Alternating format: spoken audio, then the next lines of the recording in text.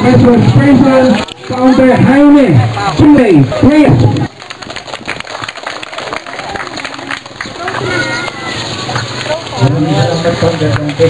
Kasamantalahin ko rin ang pagkakataon ng kabulan ko.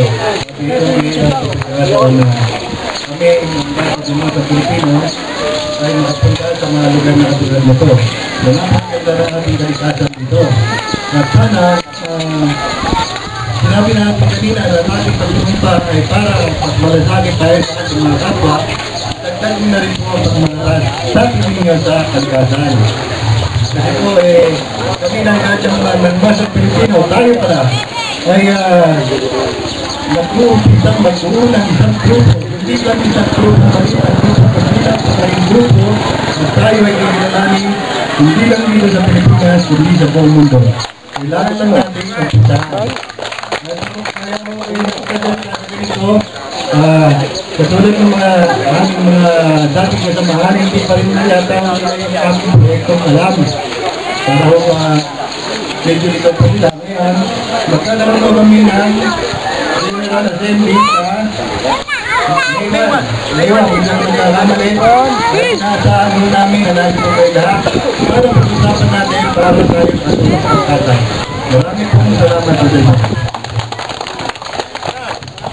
Kailangan umatin tayo sa ating National Assembly meeting sa May 1. Labor Day yan, holiday. Ano po yan? Kita na pangga, Banger!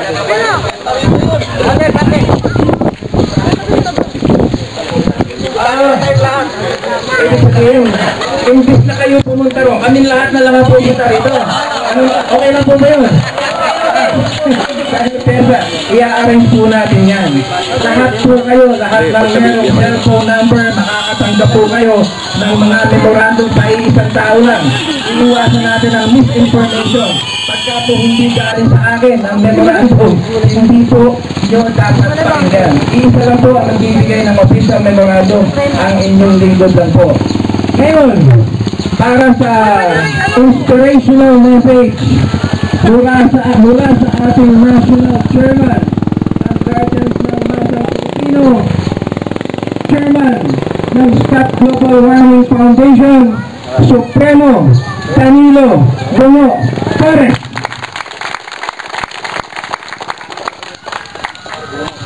Magandang hapon sa inyo lahat. Mga gagal. Kung hindi pa nakakakilala sa akin, para hindi na ako mapagod magpakilala sa inyo, ay wala nang motive. Panoorin nyo na lang yung pelikula ni Fernando Po Jr. Kung kahit putas ng karayo, papasukin ko, doon, makikilala nyo ako ng gusto. Pangalawang pelikula, panoorin nyo rin, ang Markang Bulo. Makikilala nyo ulit ako ng gusto. Pangatlong pelikula, wala na nun. Wala doon. Ang Guardian ng Masang Pilipino, itinayo sa pagmamahal sa masa. Ang Guardian ng Masang Pilipino, itinayo para sa masa. Ang Guardian sa Global Warming Foundation, itinayo para sa mga anak ng mga bata ng masa. Palakpakan natin ng mga bata. Pagmamahal sa kalikasan. Ang mundo natin patapos na. Huwag na nating wasakin pa.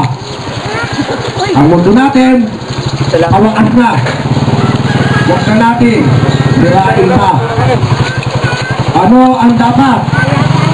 Bawat isa sa atin magkaroon ng sariling inisyatibo. Paano aalagaan ang kalikasan? Si Founder Jim Ray, ang founder natin, nasa Amerika, nananahimik. Nagkakausap na kami sa pamamagitan ng cell, ng tech. Naikwento niya to, isa lang ang pinakiusap ko. Founder, pakiusap lang ng isang Supremo Bureau. Baka pwede. Umuwi ka muna ng Pilipinas. Tunahin muna natin ang mga Pilipinong naghihirap na nagkakasakit ng walang kalaban-laban, namamatay ng walang ulunas. Sagot na, opo, Supremo, ulit ko. Eto siya ngayon, kaharap natin. Kung walang Founder Jim Ray, Andiyan pa si Founder Nino? Kung walang Founder Jimray, wala na kayong supremo bungo sa harap nyo ngayon. Dahil ang buhay ko, isinunat hanggang 2004 lang. Hindi kasama isinunat sa buhay ko 2008. Ang buhay ko dapat 2004. Wala na ako sa mundo. Lumapot, si Kevin, Bibi, ng 100,000. Kapagaling lang ako. Kaya yung nagkakasakan ko, ang iniinom ko. Ito lang. Kagayan, mula sa Pilipino, ako ang unang-unang uminom nito, si Dick Powdergy. Ako ngayon ang unang-unang nakatikin ng biyaya nito. Ito ngayon ang Supremo Bungulo. Gagawa pa ng tinibo ng pangatlo. Ang tawagat, pagmutan ko, maglamay kayo.